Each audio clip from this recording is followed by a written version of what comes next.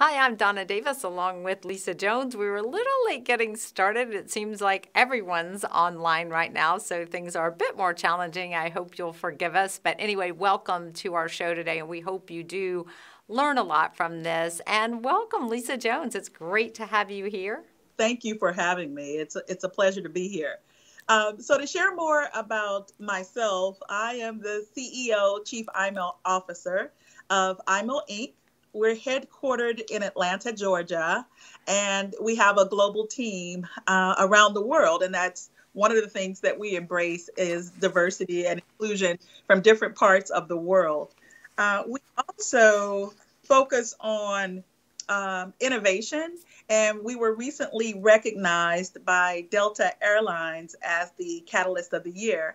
And the reason that's so important is because a world-class airlines like Delta is focused on innovation. And they saw that innovation from an IML experience of the value we bring to them. So we're grateful for that. And also with Microsoft, we're part of their Women in Technology and part of their Mentor Protege program as well. Okay, thanks, Lisa. And so we are very You're welcome. honored to have Lisa here, and iMail is an integral part of how you can promote your live broadcast. So we want to talk about, we'll just go to our graphic that tells you what we're going to talk about today. We're going to go over planning and promotion, how to engage people and build excitement, and then after your video is over, how you create impact and value. And always keep in mind there are three parties, three stakeholders to any live event or any event. Those are the sponsors, your participants, and the organizing event. So we want to make sure that all of those people get something out of this. So now we're going to go to why go live. Oh, yeah, so we're going to talk about like why you want to go live. So there's some real keys to this about why you want to go live. Oh, I skipped something. Sorry. So a little bit about me and my background, a little rattled with all the all the issues we've had this morning. So my background is television news. I worked as a reporter for many years, and when I started in television news was exactly at the time when going live was big. And you can see this dates me with Ted Koppel and with President Reagan. But when I started my career, going live was such a big deal, and the television stations really realized how powerful it is. Given all its mistakes, people still really enjoy the interaction of going live. So television stations had to spend tens of thousands of dollars investing in huge satellite trucks. It took a lot of personnel to do it. There are also a lot of mistakes, but people will watch and they'll stay tuned because there's a lot to be had from going live. So let's look at some of the reasons why you do want to go live. So the slide can show you there's interaction. After Lisa and I finish with the presentation, we're going to give you the chance to ask questions live. We'll answer your questions. So that's a huge part. The interaction is big. And then Facebook realized the power of live streaming when they started actually promoting it. They actually run commercials to promote live streaming because it is so powerful. And the statistic below that, people watch it 4 times longer than what they'll watch just a static recorded video. And this is the reason, this last thing is the reason why I think everyone should be going live, is because really what you're doing is you're creating a lot of professional quality video content inefficiently and inexpensively, and this is key. So let's go to the graphic that shows one of our clients that goes live on a regular basis. They go once a month, and after it's over, we create all these short topical videos. You can see that in just 28 days, they've had 15,896 views on their videos. And that is 485.7 watched hours.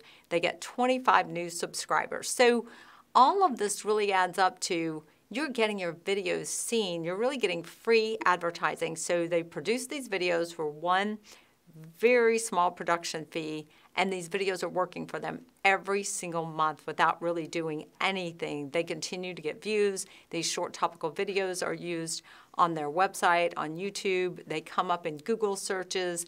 We brand these videos. So this is really what I want people to understand. This is the real value in going live, is creating all these videos. So let's go to the next slide that kind of explains. So once we're finished with a half-hour question and answer broadcast with Richard Cole, who is the founder of the company. We create these playlists. You can see 2 to 3 minutes long. They answer one specific question, something that somebody might Google, and these videos work for them after that. So you're really getting a lot of free advertisement for your videos. So those are the key takeaway I want you to really understand, is that you're producing a lot of quality video content from these. So then we'll go to promotions and planning. So let's take a look at that graphic. The promotion and planning of your live event is so important, and you can use the traditional things, like you'll want to send out emails, you'll want to create a video that you can send in an email, have it on your social and that kind of thing, create social posts, create events on Facebook. But what you may not have thought about is the power of doing some live videos before your actual live event. So you could go live via Skype or Zoom or whatever you wanted to do, and just, you can hire a spokesperson to go through some of the things. You want to have a hook, a reason for people to watch. Today, this is educational. There's not really a hook to this. But if it's fun or it's fundraising and maybe you want to give something away, we did a video live from the Marietta Square where we had giveaways and we had commercials. So we gave something away during each segment. So people naturally wanted to stay tuned and see if they had won something. So that was a big part of it.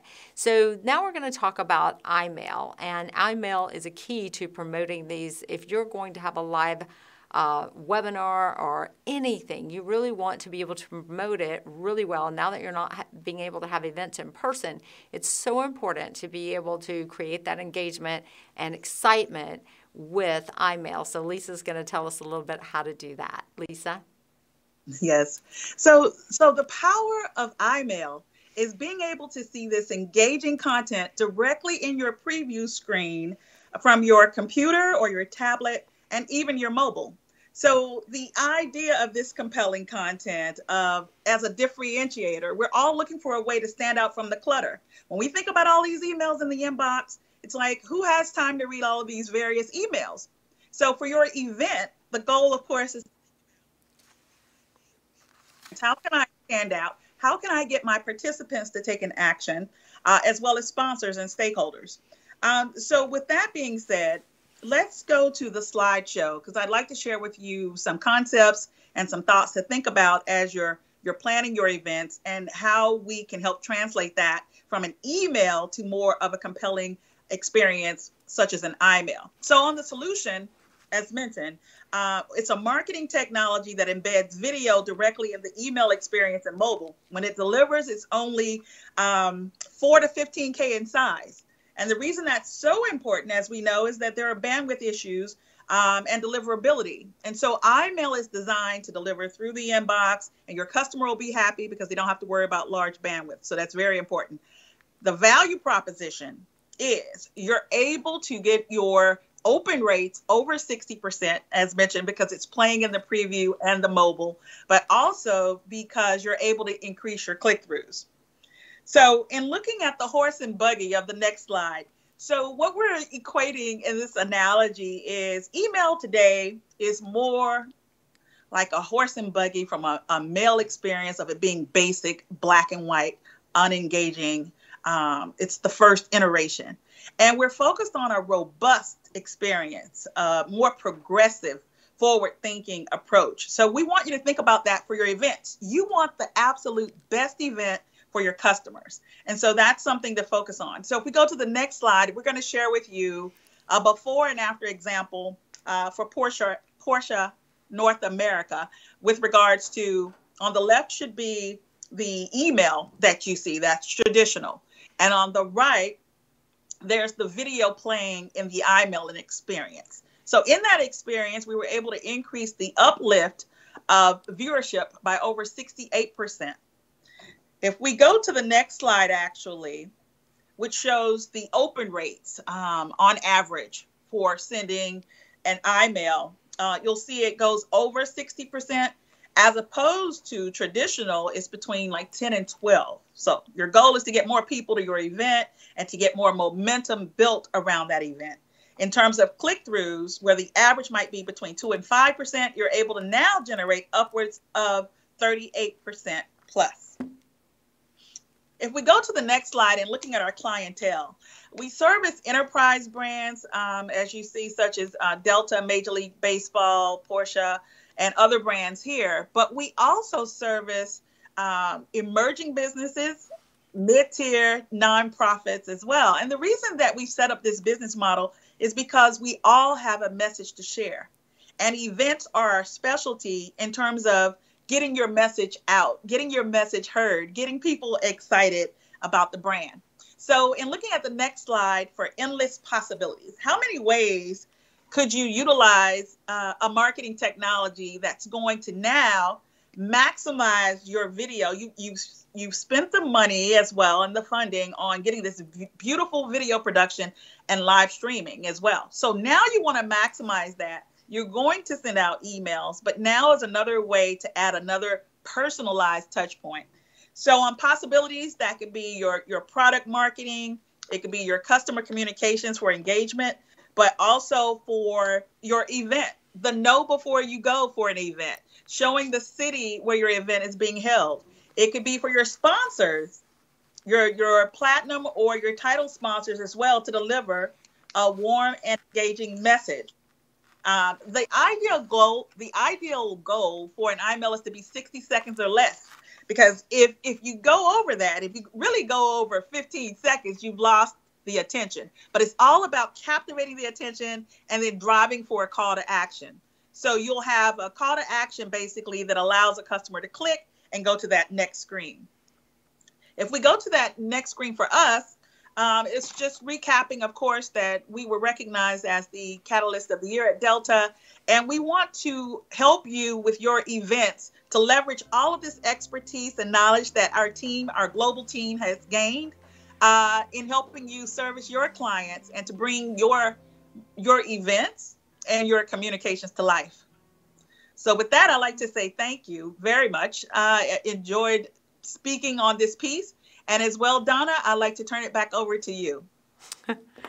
Okay, Lisa, thank you so much. And now you can see how iMail is such a big part of promoting an event. But now we want to talk about, once you have your event, how do you promote engagement? So I just have a few ideas that I wanted to go through with you. One thing is, I think because we're not meeting at trade shows, we're not realizing the power of promotional items. So you could, before an event, you could have everybody, order a t-shirt. Your sponsors might provide coffee mugs with their name on it. And then have all of your participants come in through a Zoom call. So you see how I am in the screen right here. We could bring in a Zoom call exactly the same way, where we could have participants and everybody is showing their coffee mugs. So you can do one of two ways. You can have the kind of software that we use and bring in Zoom as part of your visual. Bring in like all of your participants in a Zoom call, or you could use Zoom and bring in this live video as part of it. But at any rate, one doesn't matter over the other. What is important is that don't forget about those promotional items. They give your sponsor value. They unite people. And just because we're not going to trade shows shouldn't mean that we don't include those in this. So Zoom live video is a great way to, add participant engagement and show your audience. You can have contests, you can have giveaways. These are all going back to that hook. Give people a reason that they want to watch, that they can be entertained, and that they can also be educated at the same time. So making a bidding announcement, giving away something in a contest, bringing in pictures, and always be sure to tell your brand story during your live event. It's just a great idea to have a video about you, what you've accomplished, that kind of thing during so that people have a greater understanding of your organization and the things you've accomplished. Also, be sure to use a lot of visuals. Like we wanted to use this PowerPoint today. So you want to be able to have those visuals that come in and are dynamic and that are going to keep people engaged. Use graphics. You can bring in your website. Like I could scroll over and bring in a website if I wanted to, bring in pictures. All of those things are going to make your live stream more exciting. And that's one reason I'm just very big on, if you're used to doing webinars, go ahead and have your webinars. It's going to tell you how many people attended, how long they stayed. But if you can bring live video into those webinars, it is going to make it so much more exciting. And it is a little uncomfortable. We've seen that we had some problems today too. So people get very nervous when they think about going live, but it's worth it. And it's something that all brands are going to do at some point. And there are going to be mistakes, but just keep going with it and have fun, and don't underestimate the power of live, and don't let it get past you. So now we'll go to after the video is over, after you've had your live event, you want to create excitement. You want people to relive that. So let's go to the next graphic, the relive and create impact for your sponsors, participants, and organizations. So what you want to do to create that impact and value for everybody, for all your stakeholders, for your organization, for your participants, for your sponsors, make sure people get that video right away. So if you want to make some edits, do them quickly, but make sure that people can relive that, because they want to go to it. Usually if they were a participant or they're interested in it, they're interested in it the next day. By 24 hours, they're on to something else. So don't wait and delay getting that video out to people. So take your long video, the video we did today, it's going to be about a half hour long. It may be even longer than that. Edit it into those short, branded, topical videos and post those short videos. Have them on YouTube so that they come up in Google. Have them on your website. Use them in Facebook. Use them in your blog. They are powerful, and it's free advertising for you. And also, if you brand them with your sponsors' logos, you're giving your sponsors so much more impact than they would have had if you had just had your event and then it's over. So you can give everybody so much more impact when you go live, when you use those videos, and you create that engagement. So now we want to go to our questions. I did have this on my phone. That's a mistake. I had it on my laptop. So we can go to a two-shot with Lisa and me, if that's okay, Alex. And Richard Hall has a question. Can you give us an idea on pricing? Lisa, that's your question. So tell us a little bit about pricing.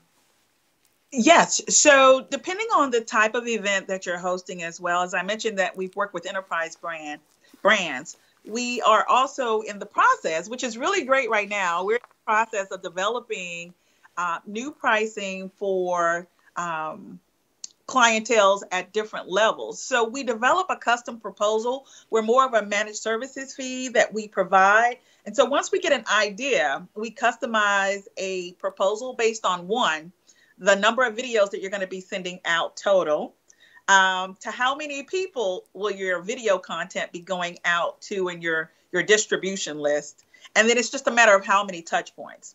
But to give you a starting point per email campaign, just as a starting point to give you a baseline, it's around $12.50 and up from there. It just depends on the requirements.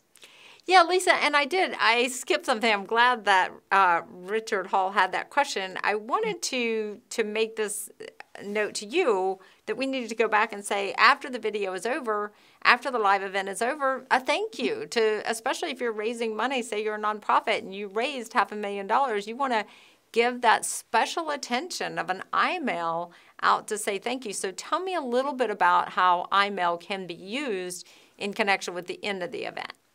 Sure. So on the thank you messaging, after your successful event, of course, you want to have that touch point as done unnoted. So the idea of being able to send out a thank you from the title sponsor, a thank you from the organization, a personal, it could even be a personal team message.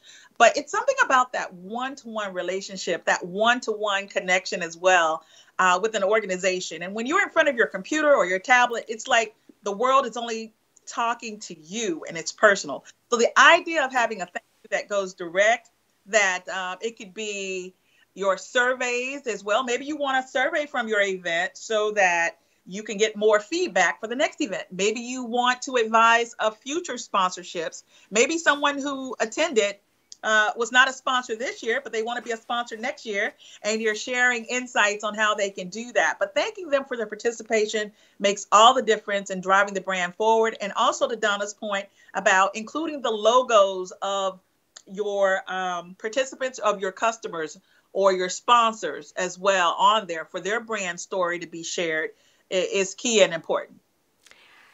Yeah, so email is a great follow-up after your live event. So you want to just, I'll summarize. I hope we can get some more questions. I'd love to have a few more questions before we go.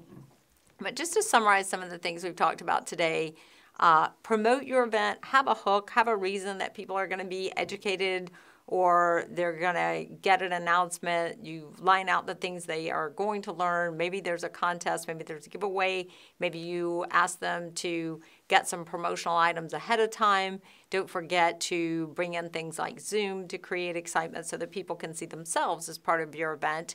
And then also, you want to be able to use some out-of-the-box kind of things to promote your event, such as going live on your Facebook page or on YouTube to create excitement, and then to send out an email before so that there's video in that inbox and it's eye-catching and it has a 60% greater open rate. So the emails are key to getting the word out, and email is a powerful way to do that. Once you have your event, use lots of different visuals. I think, you make it easy for people to participate with you and to have a question and answer. So you always want to have that as part of your event.